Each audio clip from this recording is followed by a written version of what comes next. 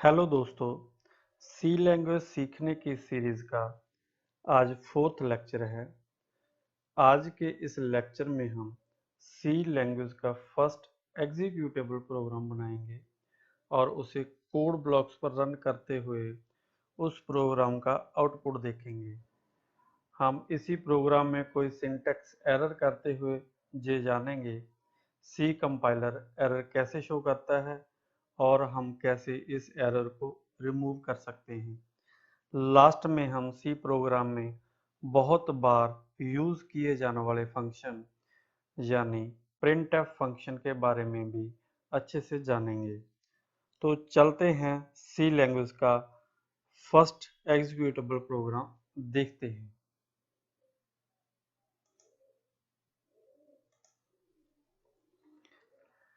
ये स्क्रीन जो आप देख रहे हैं, ये हमारा सी लैंग्वेज का फर्स्ट एग्जीक्यूटेबल प्रोग्राम है जो स्क्रीन पे एक मैसेज प्रिंट करवाएगा। हमने इस प्रोग्राम को एक मैसेज प्रिंट करने के लिए बनाया है। ये मैसेज है आई लव माई इंडिया। ये मेन फंक्शन है।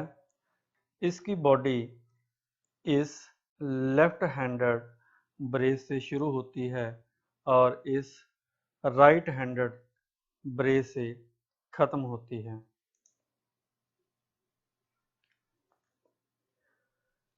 हेलो दोस्तों, सी लैंग्वेज सीखने की सीरीज का आज 4th लेक्चर है। आज के इस लेक्चर में हम सी लैंग्वेज का फर्स्ट एग्जीक्यूटेबल प्रोग्राम बनाएंगे और उसे कोड ब्लॉक्स पर रन करते हुए उस प्रोग्राम का आउटपुट देखेंगे। हम इसी प्रोग्राम में कोई सिंटैक्स एरर करते हुए ये जानेंगे सी कंपाइलर एरर कैसे शो करता है और हम कैसे इस एरर को रिमूव कर सकते हैं। लास्ट में हम सी प्रोग्राम में बहुत बार बार यूज किए जाने वाले फंक्शन यानी प्रिंटफ फंक्शन के बारे में भी अच्छे से जानेंगे। तो चलो देखते हैं सी लैंग्वेज का फर्स्ट एग्जीक्यूटेबल प्रोग्राम। ये स्क्रीन पे आप जो देख रहे हैं, ये है हमारा सी लैंग्वेज का फर्स्ट एग्जीक्यूटेबल प्रोग्राम जो स्क्रीन पे एक मैसेज प्रिंट कराएगा। हमने इस प्रोग्राम को एक मैसेज प्रिंट करने के लिए बनाया है। ये मैसेज है आई लव माई इंडिया। ये मेन फंक्शन है। इसकी बॉडी इस लेफ्ट हैंडेड ब्रेस से शुरू होती है और इस राइट हैंडेड ब्रेस से खत्म होती है। इसकी बॉडी ही हमें सब बाकी स्टेटमेंट्स की ओर पहुंचाती है जो हम जरूरत के हिसाब से लिखते हैं, जैसे हमने ये printf फंक्शन लिखा है। किसी भी एग्जीक्यूटेबल प्रोग्राम में कम से कम एक फंक्शन जरूर होगा, वो है मेन फंक्शन। जहाँ ये कह लीजिए कि किसी भी एग्जीक्यूटेबल प्रोग्राम में मेन फंक्शन एक बार जरूर लिखा होगा। जैसे कि आपने इस सीरीज की पहली वीडियोस को देखा होगा, तो हमने सी प्रोग्राम के ओवरऑल स्ट्रक्चर के बारे में बताया था। जैसे ये, तो सबसे पहले डॉक्यूमेंटेशन सेक्शन होता है जो ऑप्शनल है, परंतु हमें लिखना चाहिए। इस प्रोग्राम में my first C language program ये डॉक्यूमेंट सेक्शन है जो हमें प्रोग्राम के बारे में बताता है। कंपाइलर कंपाइलिंग के समय इसे कंपाइल नहीं करता क्योंकि इसे एज ए कमेंट लिखा जाता है। कमेंट क्यों और कैसे लिखे जाते हैं हम आने वाले लेक्चर्स में सीखेंगे। नेक्स्ट सेक्शन लिंक सेक्शन है। Basically it consists of macros and header files. हमने यहाँ पर ये लिंक सेक्शन लिखा है जो अलग अलग लिंक की जाने वाली लाइब्रेरी फाइल्स को अनक्लूड कराने वाली स्टेटमेंट्स को लिखने के काम आता है। जैसे इस प्रोग्राम में stdio.h लाइब्रेरी फाइल इंक्लूड करवाई गई है। जब भी कोई लाइब्रेरी फंक्शन यूज किया जाता है तो उसकी हेडर फाइल जिसमें उसकी बॉडी लिखी होती है जरूर इंक्लूड करवानी पड़ती है। एक प्रोग्राम किसी भी लाइब्रेरी फंक्शन को चाहे कितनी भी बार यूज करे, परंतु उसकी हेडर फाइल को केवल एक बार ही इंक्लूड करवाना होता है। सक्सेसफुल कंपाइलिंग के बाद जब हम इस प्रोग्राम को रन करेंगे तो इसकी रनिंग प्रोसेस सबसे पहले मेन फंक्शन से शुरू होगी।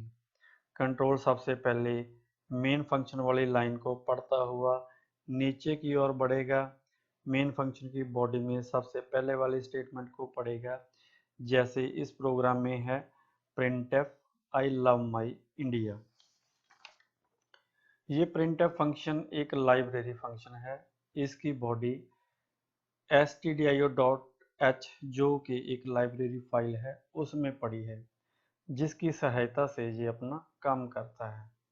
इस प्रोग्राम में हमें इसको एक काम दिया है, वो है एक मैसेज जैसे आई लव माई इंडिया को प्रिंट करवाना।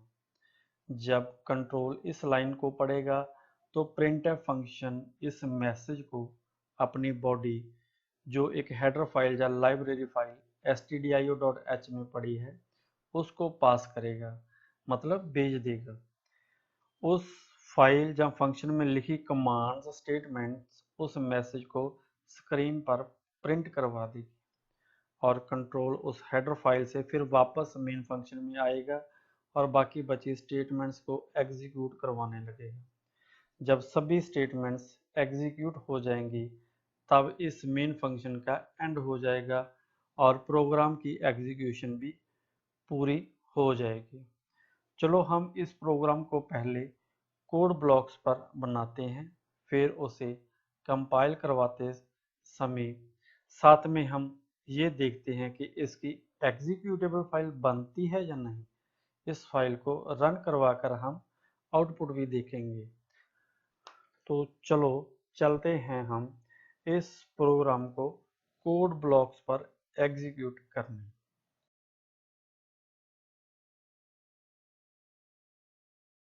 चलते ये हमने कोड ब्लॉक्स खोला हुआ है और ये इसकी स्क्रीन है। हम इस वाले टैब को क्लोज कर देंगे, अगर ना भी क्लोज करें तो कोई बात नहीं है। हम फाइल में जाकर एक नई फाइल ब्लैंक फाइल ओपन करते हैं, एम्प्टी फाइल, जो कंट्रोल शिफ्ट एन से भी ओपन हो सकती है। हम इस पर क्लिक करेंगे और ये हमारे पास एक फाइल आ गई है ब्लैंक, जिसका नेम है अनटाइटल्ड 1 और इसके साथ स्टार लगा है, जिसका मीनिंग ये है कि आपने अभी इसको अपना नाम नहीं दिया। तो चलो हम इससे पहले ब्लैंक फाइल को सेव करते हैं। तो हम फाइल में चलते हैं और इस पर सेव एज फाइल पे क्लिक करते हैं। जब हम इसे क्लिक करेंगे तो हम ये डायलॉग बॉक्स ओपन हो जाएगा और अपनी रिक्वायर्ड लोकेशन पर इसे आप सेव कर सकते हैं। जैसे मैंने सी ड्राइव पर एक फोल्डर बनाया हुआ है जिसका नाम है सी प्रॉक्स, इसको क्लिक करता हूँ। अब मैं इस फाइल को एक नाम देता हूँ। इससे पहले हम फोल्डर भी ओपन करते हैं सी प्रॉक्स। देखो ये मैंने सी प्रॉक्स फोल्डर ओपन किया है। अगर हम इस पर देखें तो हमारे पास कोई भी फाइल नहीं बनी है, तो साथ में साथ देखेंगे कि हम इस पर फाइल भी बनेगी जब हम इस फाइल को सेव करेंगे। तो ये देखो हम इसे नाम देते हैं। मैंने दे दिया इसका नाम फर्स्ट PRG।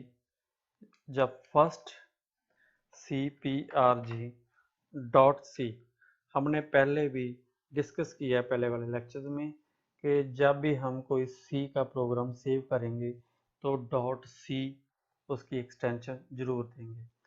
अब हम सेव करते हैं और हमारे उस वाले फोल्डर में भी देखते हैं। ये देखो फाइल बन गई है फर्स्ट CPRG.c। अभी ये ब्लैंक फाइल है, ये देखो हम इसे ओपन करते हैं। अगर ओपन नोटपैड में हम इसे ओपन करते हैं तो देखेंगे इस फाइल में कुछ भी नहीं लिखा है। चलो इसे एक बार क्लोज करते हैं। तो ये हमारा वर्क एरिया है या प्रोग्राम एरिया, जहाँ पर हम प्रोग्राम लिख सकते हैं। तो पहले हम वो प्रोग्राम इस पर लिखेंगे। जैसे डॉक्यूमेंट सेक्शन हम देते हैं माई फर्स्ट सी प्रोग्राम। अब हम नीचे लिंक सेक्शन देते हैं include stdio.h और एंगुलर ब्रैकेट बंद करते हैं। अब हम मेन फंक्शन शुरू करते हैं main मेन, और मेन की पैरेंथेसिस दे दी और इसके नीचे हम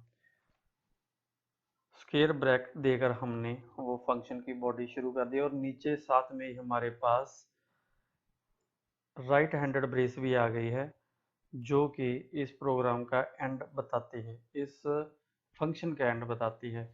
तो अब इसमें printf फंक्शन लिखेंगे। printf याद रखें, ये printf हमने लोअर केस में ही लिखना है। तो हम डबल कोट्स में लिखते हैं आई लव माई इंडिया, और इसके एंड में हम सेमीकोलन देते हैं। जब भी कोई स्टेटमेंट लिखनी हो तो उसके एंड में हम सेमीकोलन जरूर देते हैं। अब इस प्रोग्राम को हम सेव करते हैं। जो भी हमने इस ब्लैंक फाइल पर लिखा है, मीन्स फाइल का नेम तो अपने पहले दे दिए है। अब हमने इसे लिखा है और ये वाला सिर्फ प्राइमरी मेमोरी में लिखा गया है, और अब हम इसको सेकेंडरी मेमोरी में सेव भी करना है। तो इसे सेव करते हैं, चाहे यहाँ पर लिख लो, चाहे कंट्रोल एस प्रेस करो, या ये आइकन है यहाँ पर भी हम प्रेस कर सकते हैं। अगर हम हमारे फोल्डर में ये फाइल ओपन करें तो देखते हैं वो सभी कुछ इसमें लिखा गया है जो हमने वहाँ पर लिखा है।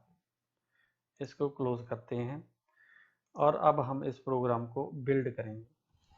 हम यही फोल्डर देखिए तो हमारे पास केवल एक ही फाइल है जिसकी एक्सटेंशन है .c। प्रोग्राम का नाम है firstcprg.c। अब हम इस प्रोग्राम को बिल्ड करते हैं। बिल्ड करने के लिए हमारे पास मेनू बार है बिल्ड, और इसमें बिल्ड की ऑप्शन है। हम कंट्रोल F9 जो है वो प्रेस कर भी इसे हम बिल्ड करवा सकते हैं। बिल्ड का मतलब इस प्रोग्राम को हमने कंपाइल करवाना है। ठीक है, कंपाइल करवाया। अब कंपाइल करवा दिया और हमारा प्रोग्राम सक्सेसफुल कंपाइल हो गया, इसने कोई भी एरर नहीं दी है। अगर हम हमारा वो फोल्डर देखें तो इस पर एक फाइल बन गई है firstcprg.o। ये ऑब्जेक्ट फाइल है, लेकिन एक एग्जीक्यूटेबल फाइल बनाई उसने firstc.prg.exe। यही फाइल है जो हार्डवेयर समझता है।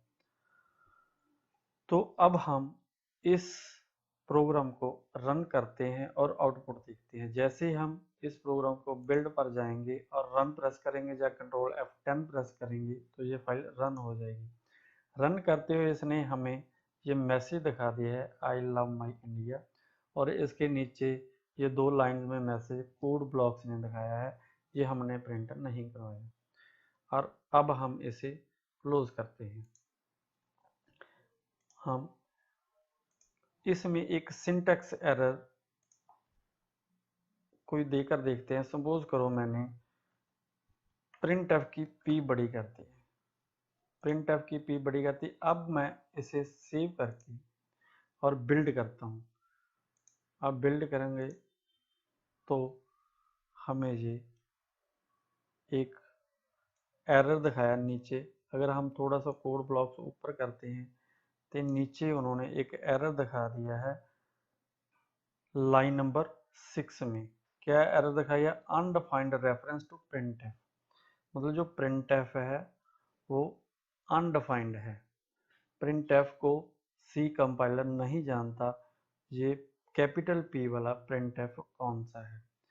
तो 6 लाइन में हम जाएंगे और देखेंगे ये वाला प्रिंटफ गलत लिखा हुआ है, तो हम इसे बिल्कुल सही कर देंगे। अब हम इसे बिल्ड करवा कर जब रन करेंगे तो हमारा जो आउटपुट है वो बिल्कुल सही मिलेगा।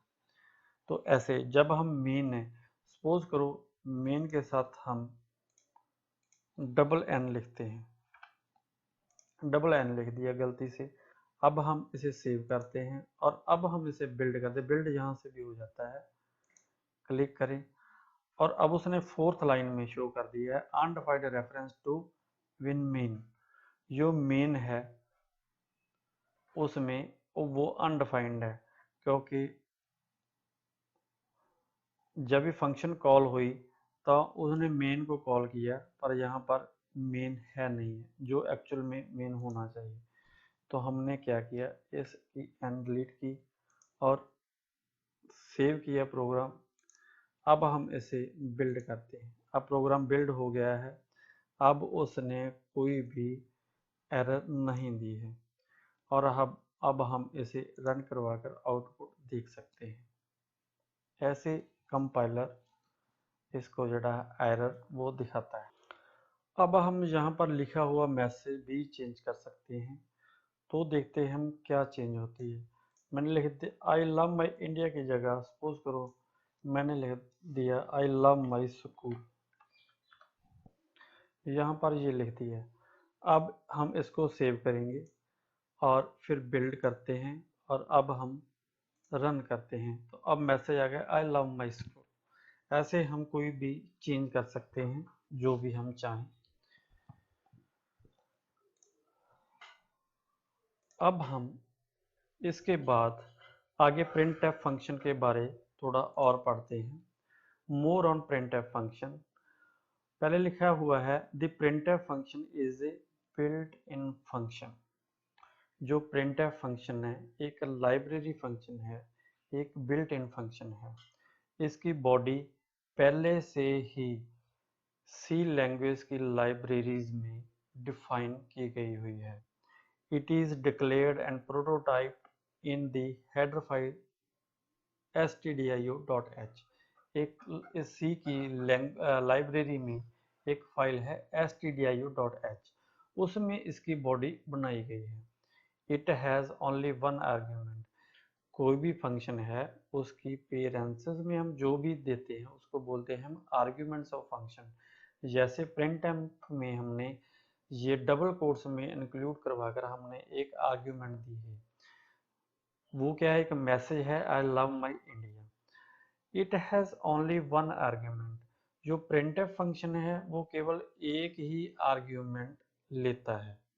This argument is a string of characters enclosed in double quotes. जो भी आर्ग्यूमेंट हम देते हैं वो डबल कोट्स में हम इंक्लूड करते हैं। But these double quotes are not a part of the string but indicate the beginning and end of the string। ये जो डबल कोट्स हैं ये इस आर्ग्यूमेंट या इस कंट्रोल स्ट्रिंग का पार्ट नहीं है, ये केवल मार्क करती है कि यहाँ से ये कंट्रोल स्ट्रिंग शुरू होता है और यहाँ पर ये एंड होता है। The message enclosed in double quotes is known as control string। जो भी मैसेज इस आर्ग्यूमेंट में डबल कोट्स में हम इनक्लोज करते हैं उसको बोलते हैं हम control string. The printf function is used to print the control string on the screen. जो printf फंक्शन है वो किसके काम आता है, जो हमने इसको आर्ग्यूमेंट दिया है, जो हम इसे कंट्रोल स्ट्रिंग दी है उसको स्क्रीन पे प्रिंट करवाना। printf statement can have one and only one control string। इस printf फंक्शन में हम केवल एक ही कंट्रोल स्ट्रिंग दे सकते हैं, हम एक से ज़्यादा कंट्रोल स्ट्रिंग इसमें नहीं दे सकते। If several control strings are included in the pair of parentheses, only first control string is printed। जब हम एक से ज़्यादा कंट्रोल स्ट्रिंग देते हैं तो printf क्या करता है, फर्स्ट कंट्रोल स्ट्रिंग को प्रिंट करवा देता है, बाकी सभी कंट्रोल स्ट्रिंग को वो इग्नोर कर देता है। हम देखते हैं कैसे। हमने एक कंट्रोल स्ट्रिंग दी हुई है इस प्रोग्राम में, आई लव माई स्कूल। अब हम इसको अलग अलग करते हैं। सपोज करो हमने इसे ऐसे कर दिया, कॉमा दे दिया, हमने एक कंट्रोल स्ट्रिंग और बना दी लव, और उसमें हमने डबल कोट्स बंद कर दिए और कोमा देकर हमने सपोज करो इसे भी कंट्रोल स्ट्रिंग बना दिया और कोमा, और इसे भी कंट्रोल स्ट्रिंग बना दिया। अब हम इसको सेव करते हैं, बिल्ड करते हैं और रन करते हैं। और देखा यहाँ पर इसने सिर्फ फर्स्ट कंट्रोल स्ट्रिंग आई उसको प्रिंट करा दिया, जो rest of the control string थी उसको इग्नोर कर दिया। बाकी सभी कंट्रोल स्ट्रिंग इसने इग्नोर कर दिए। ये कभी कभार इंटरव्यू में भी पूछ लिया जाता है कि प्रिंट में हम कितने कंट्रोल स्ट्रिंग्स या कितनी आर्ग्यूमेंट्स पास कर सकते हैं। तो याद रखिए केवल एक ही आर्ग्यूमेंट, एक ही कंट्रोल स्ट्रिंग हम पास कर सकते हैं।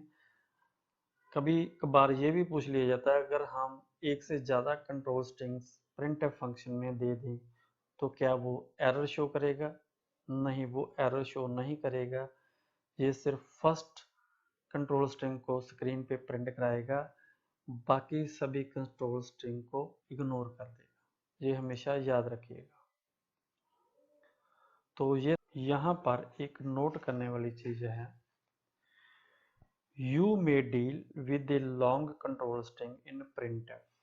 It is inconveniently to write the whole string in a long line. So in this case, we break the control string with backslash character line. कभी कभार कंट्रोल स्ट्रिंग जो हम printf फंक्शन में देते हैं वो बहुत सारा लंबा हो जाता है, हम उसको बीच में एक बैक स्लैश लगाकर उसको नेक्स्ट लाइन में लिख सकते हैं। जहाँ फिर ऐसे कर सकते हैं कि इसको अलग printf फंक्शन में लिख दें और इसको इतने स्ट्रिंग को अलग printf फंक्शन में लिख दें। परंतु हम ज़्यादा printf फंक्शन यूज़ करने की बजाय हम क्या करते हैं, एक बैक स्लैश करैक्टर लगाते हैं और उसको हम नेक्स्ट लाइन में लिख देते हैं, जैसे कि हम प्रैक्टिकली करके देखते हैं। जैसे हमने ये पहले इसको हम तोड़ेंगे, इसको एक कंट्रोल स्ट्रिंग में हम कन्वर्ट करते हैं। ये हमारे पास एक कंट्रोल स्ट्रिंग है, पहले हम इसे सेव करते हैं और हम रन करते हैं। हमें मैसेज दे, उन्होंने सेव नहीं किया, हम पहले इसे सेव करते हैं, बिल्ड करते हैं और अब रन करते हैं। तो उसने मैसेज दिया आई लव माई स्कूल, और हम इसको सपोज करो इतने को तोड़ देते हैं नेक्स्ट वाली लाइन में। और अगर हम यहाँ पर इतनी स्पेस देंगे तो वो स्पेस को भी प्रिंट कराएगा। जैसे हम सेव किया, प्रोग्राम को बिल्ड किया और रन किया तो उसने ये स्पेस दे दी। ये मत भूलें, जब हम कंट्रोल स्ट्रिंग देते हैं यहाँ पर हमने 2 लाइन्स में लिखा है, तो ऐसे नहीं है कि वो 2 लाइन्स में प्रिंट करवाएगा, वो सेम लाइन में प्रिंट करवाएगा, पर लिखने के लिए कोडिंग में हम इसे 2 लाइन्स में लिख सकते हैं। अगर हम यहाँ से स्पेस ख़त्म कर दें, अब सेव करें, बिल्ड करें और रन करें। पहले हमें इस प्रोग्राम का एंड करना पड़ेगा। अब बिल्ड करते हैं और रन करते हैं। अब देखो आई लव माई स्कूल, उसने बिल्कुल स्पेस खत्म कर दी, क्योंकि हमने यहाँ पर भी स्पेस नहीं दी है और यहाँ पर भी स्पेस नहीं दी। चाहे तो हम यहाँ पर स्पेस दे सकते हैं या हम यहाँ पर स्पेस दे सकते हैं। सेव करें और इस प्रोग्राम का पहले एंड करें और बिल्ड करें और रन करें, तो अब इसमें स्पेस आ गई है।